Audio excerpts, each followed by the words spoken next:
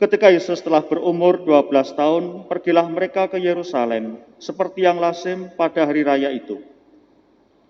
Seusai hari-hari perayaan itu, ketika mereka berjalan pulang, tinggallah Yesus di Yerusalem tanpa diketahui orang tuanya. Karena mereka menyangka bahwa Yesus ada di antara orang-orang seperjalanan mereka, berjalanlah mereka sehari perjalanan jauhnya, lalu mencari dia di antara kaum keluarga dan kenalan. Karena tidak menemukan dia, kembalilah orang tua Yesus ke Yerusalem sambil terus mencari dia. Sesudah 3 hari, mereka menemukan Yesus di dalam bait Allah. Ia sedang duduk di tengah-tengah para guru agama, sambil mendengarkan mereka, dan mengajukan pertanyaan-pertanyaan kepada mereka. Semua orang yang mendengar dia sangat heran akan kecerdasannya dan jawaban-jawaban yang diberikannya. Ketika Maria dan Yusuf melihat dia, tercenganglah mereka. Lalu kata ibunya kepadanya, "Nak, mengapakah engkau berbuat demikian terhadap kami? Lihat, bapamu dan aku dengan cemas mencari engkau." Jawab Yesus kepada mereka, "Mengapa kamu mencari aku? Tidakkah kamu tahu bahwa aku harus berada di dalam rumah Bapakku?" Tetapi mereka tidak mengerti apa yang dikatakan Yesus kepada mereka. Lalu Yesus pulang bersama-sama mereka ke Nazaret. Ia tetap hidup dalam asuhan mereka. Maria pun menyimpan semua hal itu di dalam hatinya. Yesus makin dewasa dan bertambah hikmatnya. Ia pun makin dikasihi oleh Allah dan manusia. Demikianlah sabda Tuhan.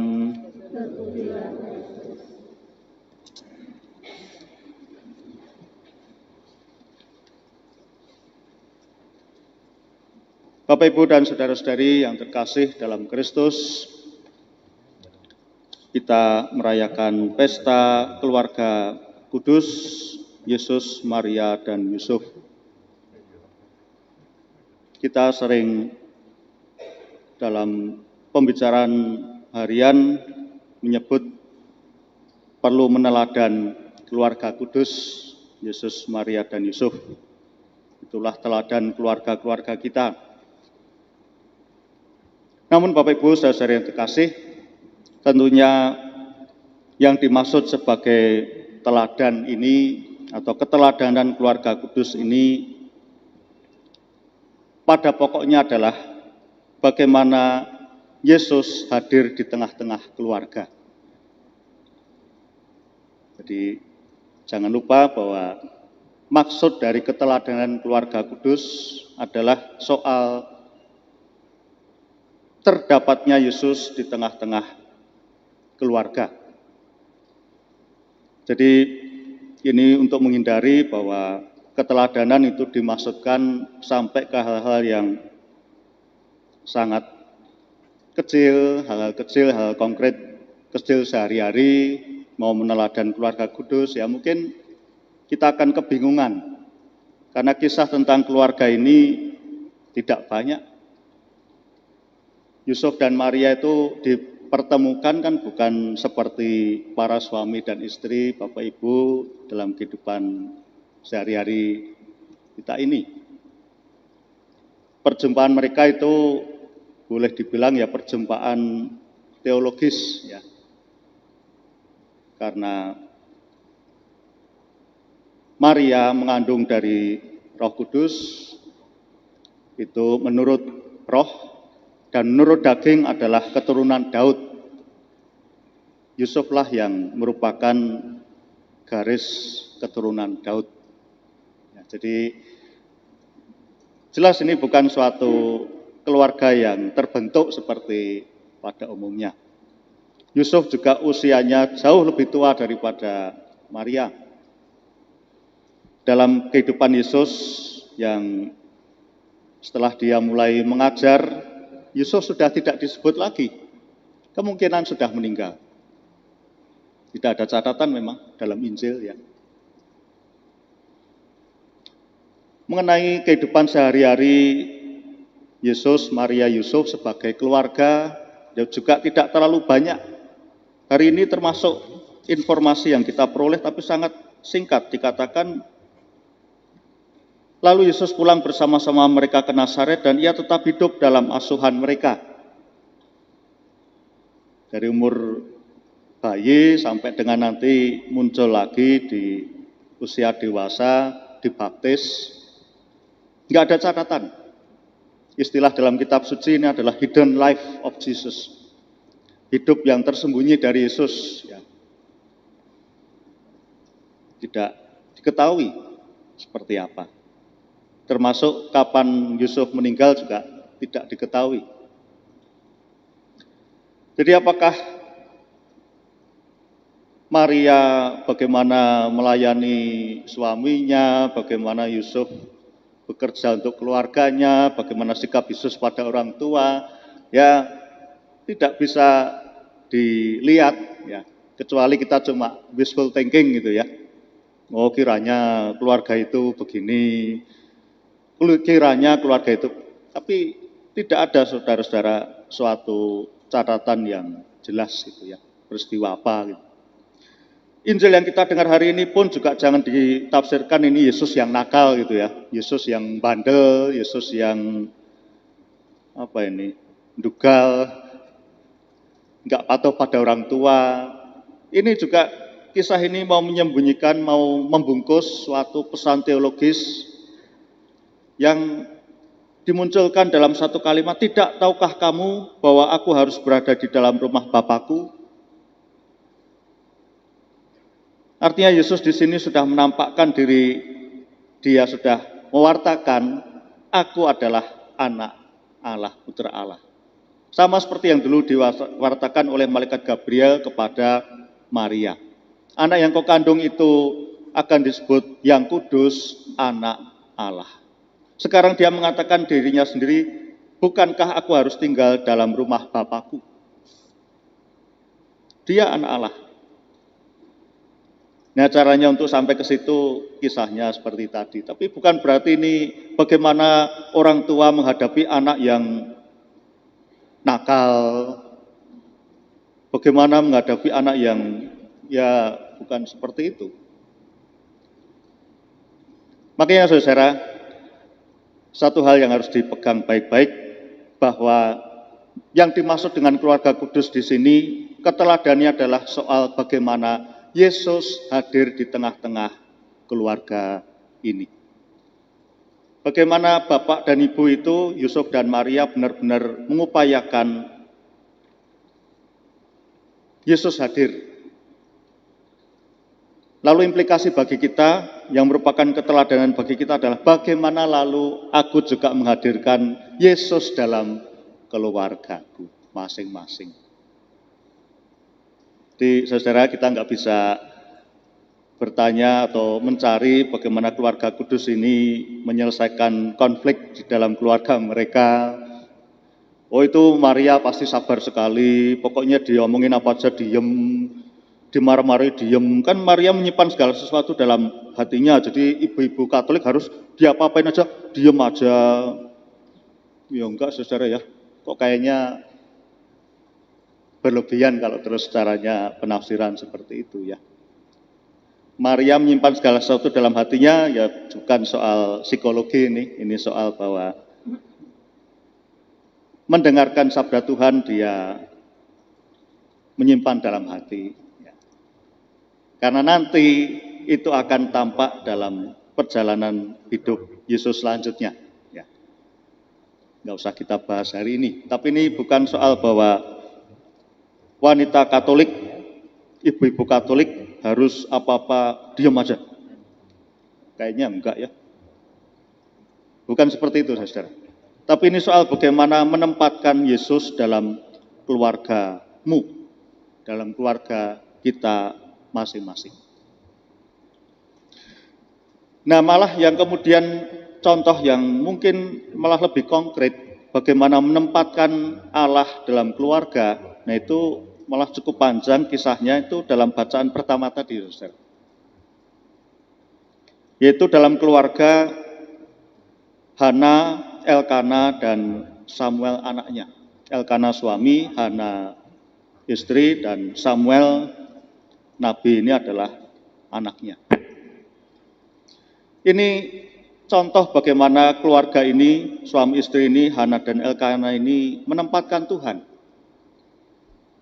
Dikatakan setahun sesudah mempersembahkan kurban di Silo, itu maksudnya setahun yang lalu Hana itu pernah datang ke bait Allah, belum punya anak, sangat mengharapkan anak, lalu dalam bait Allah dia komat kamit karena sangat mengharapkan ada anak itu. Lalu Eli, nabi itu melihat, kok kamu mabuk? Dikira orang mabuk. Lalu Hana bilang, saya mohon supaya memperoleh keturunan. Nah, lalu Eli lah yang mengatakan, nubuat kamu akan punya anak. Lalu setahun kemudian kita dengar ceritanya ini, sudah lahir seorang anak namanya Samuel. Dan yang menarik pada bagian ini, pada perikop ini dikatakan bahwa lalu Hana itu kembali pada si Nabi Eli itu, ya. Demi Tuhanku yang hidup, akulah perempuan yang dulu berdiri di sini dekat Tuanku, yang Tuanku anggap mabuk itu. Sekarang aku sudah punya anak. Untuk mendapat anak inilah aku berdoa, dan Tuhan telah memberikan kepadaku apa yang kuminta daripadanya. Maka aku pun menyerahkannya kepada Tuhan. Seumur hidupnya terserahlah anak ini kepada Tuhan. Secara jelas sekali di sini Tuhan menjadi pusat bagi kehidupan mereka. Mereka mengharapkan anak, lari kepada Tuhan, dan malah juga dikatakan di situ ketika mau pergi ke bait Allah, maksudnya adalah untuk mempersembahkan kurban sembelihan tahunan dan kurban nasar kepada Tuhan. Bapak Ibu tahu artinya nasar kan? Sumpah ya. Kalau aku dapat anak, maka aku akan mempersembahkan ABC. Kalau aku dapat pekerjaan, aku akan melakukan ABC. Kalau aku dapat jodoh, aku akan melakukan ABC. Pernah Bapak Ibu saudara-saudari seperti itu? Nasar. Itu kata kuno saudara. Tapi mungkin juga dalam pelaksanaan jadi kuno juga karena orang sudah tidak kuat lagi bernasar. Kalau aku dapat sumbangan untuk gereja, maka aku akan berjalan kaki. Itu saya pernah laksanakan. Dan akhirnya dapat juga. Dan saya jalan kaki sungguh. Nasar, saudara. Pernahkah Anda menjanjikan hal semacam itu? Ya, kalau kita nggak berani melakukan sesuatu pada Tuhan, janji, nggak mau berkorban, nggak mau memberikan sesuatu, nah ya gimana? Kok mau enaknya doang ya kan ya? Nasar itu penting, saudara. Dalam kitab suci ada. Ya mungkin juga sudah banyak ya. Nah, bagus. Itu ada dalam kitab suci ya. Elkana dan Hana bernasar. Itu artinya ya menampakkan kekuatan niat kepada Tuhan ya. Semoga Tuhan melihat niatku karena aku berjanji kalau aku ini saya akan begini. Kalau saya dapat memperoleh ini maka saya akan berjalan dari Bekasi ini ke Sendang Sono. Ya kan ya. Nah, jadi kita ini sudah kebanyakan yang namanya nasar itu nasar politik ya kan ya. Nah, mau berjalan dari Jakarta ke Jogja, kalau presidennya adalah bukan itu, nggak jadi. Mau bernasar gantung di Monumen Nasional, kalau terjadi ini nggak jadi. Mau bernasar mau memotong ini, kalau yang jadi presiden itu enggak jadi juga. Ini nasar yang ada di hadapan kita ini nasar yang belgedes, saudara ya. Di sini doang. Ya, tapi nasar itu sebenarnya sesuatu yang dari hal rohani, saudara. Hasanah rohani sebenarnya. Kaitannya aku dengan Tuhan. Nggak perlu orang lain tahu, tapi aku bernasar. Itu tanda bahwa kita memang menempatkan Tuhan dalam hidup kita. Ya cobalah sekali-sekali ya Bapak Ibu. Nah, supaya terasa itu. Dan lalu dikatakan bahwa lalu sejutilah mereka semua menyembah Tuhan. Dia memang menempatkan Tuhan dalam keluarga yang memang tampak dalam bersujud bersama. Jadi kalau dalam keluarga nyanyi aja nggak pernah, doa bersama aja nggak pernah, ke gereja bersama juga nggak pernah. Dipakai untuk lingkungan mengadakan doa, ya kalau sekarang pandemi ya jangan dulu ya. Katanya rumahnya kecil, yang besar katanya nanti gini itu, yang sedang juga repot ini itu. Nah keluarga tidak pernah kelihatan ada sesuatu, masuk rumahnya ada salib apa enggak juga enggak ada. Bagaimana orang bisa ini keluarga yang dipersembahkan kepada Tuhan? Ini keluarga Katolik. Jadi saudara, keluarga kalau memang benar-benar berpusat pada Tuhan, tampak bahkan secara fisik.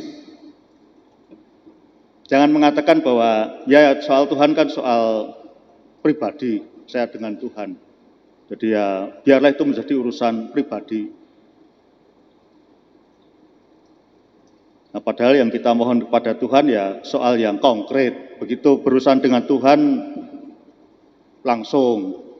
Yang kita minta padahal ya rezeki harian, yang berupa makanan di meja kita, yang berupa uang saku untuk anak-anak, yang berupa kesehatan sehingga saya dapat berdiri di sini, ngomong dengan lancar. Yang kita minta konkret, tapi hubungannya dengan Tuhan nggak kelihatan. Dalihnya ini urusan rohani. Ya, Belgades juga saudara. Jadi keluarga kudus menjadi teladan. Ini adalah soal bagaimana Yesus ada di tengah-tengah keluarga kita. Mereka menjadi keluarga kudus, Yesus, Maria, dan Yusuf, karena memang ada di situ Yesus, Allah sendiri. Maka keluarga kudus, tapi di keluarga-keluarga kita jadikan teladan, yaitu menghadirkan Yesus dalam hidup kita. Semoga dengan pesta keluarga kudus ini, maka memang Yesus menjadi panglima dalam keluarga-keluarga kita. Semoga kita juga mampu membangun keluarga kita menjadi tempat di mana Yesus hadir secara nyata.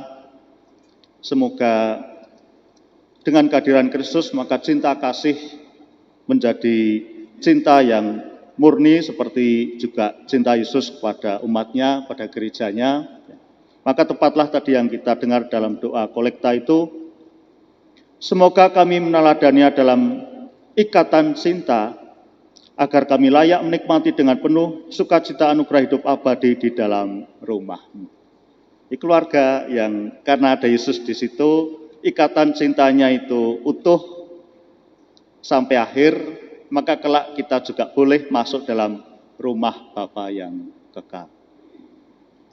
Karena kita mengikuti Ekaristi di dunia ini teratur, maka kelak kita juga ikut perjamuan abadi di surga.